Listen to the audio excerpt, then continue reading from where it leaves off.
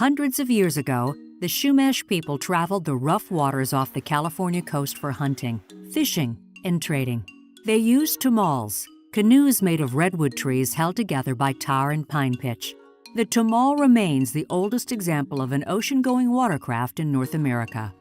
They're really significant in the way of our gathering, from traveling from band to band, part of the trade, because we could trade with people from South America up to North America and inland. We were one of those trade centers, and the tomol played an important part of that.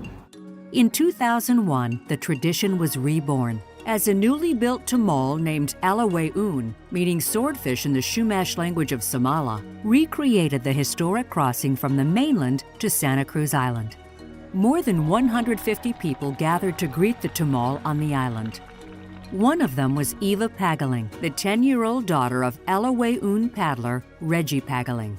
It was a community event. It was really a huge turnaround for us culturally. That day was the start of a long journey for Eva. My involvement wouldn't have started if it weren't for my dad. He became a captain pretty quickly after they built Alaweun, and I just kind of tagged along. My sister and I were there with him on the support boats every year. We weren't obviously strong enough or old enough to paddle, but I grew up with it. Eva watched her father pour everything he had into the tomol crossings and evolve from a puller to navigator to captain.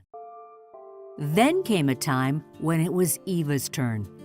Her stepmother, Claudia, had passed away that year.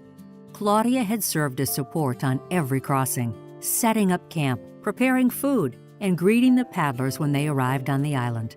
That was the first year that she wasn't there, and it was really hard for us. My dad chose not to paddle, which is why I did choose to paddle. Eva felt that Claudia was with her that day and helped give her the confidence to step into the role of paddler. Come on, Eva, pull for your dad. I was ready. My dad had coached us, my dad had trained us, so I was ready in every sense of the way. The first time that I was in the tomol, out in open water, they had me in seat 1, which is you set the pace. So I have 6 guys behind me that I've grown up with my entire life who are depending on me to set the pace in open water. And that year was really bad because we were facing like 5 to 7 foot swells. I have never seen a swell like that in my life. I have never seen anything outside of boat wakes that came across the kayak, when we were paddling. So I held on. It was quite an adrenaline rush. And I was able to keep pace. And the guy behind me, once we got out, said, I've never seen anyone do that. He's like, I want you to be number 1 every time that I paddle. And that made me realize I meant to paddle. The next stage of Eva's evolution came a few years later when she was asked to join the Darkwater crew, the paddlers who complete the challenging first half of the annual 21-mile journey. Darkwater is one of the highest honors you can have as a paddler.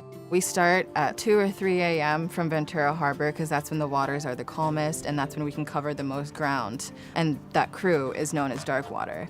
And that crew stays in there from whatever time we start until sunrise. There's no crew changes, there's no bathroom breaks, there's nothing. Just imagine closing your eyes and picking up that paddle and then paddling. That's it. That's Darkwater. You don't see a thing.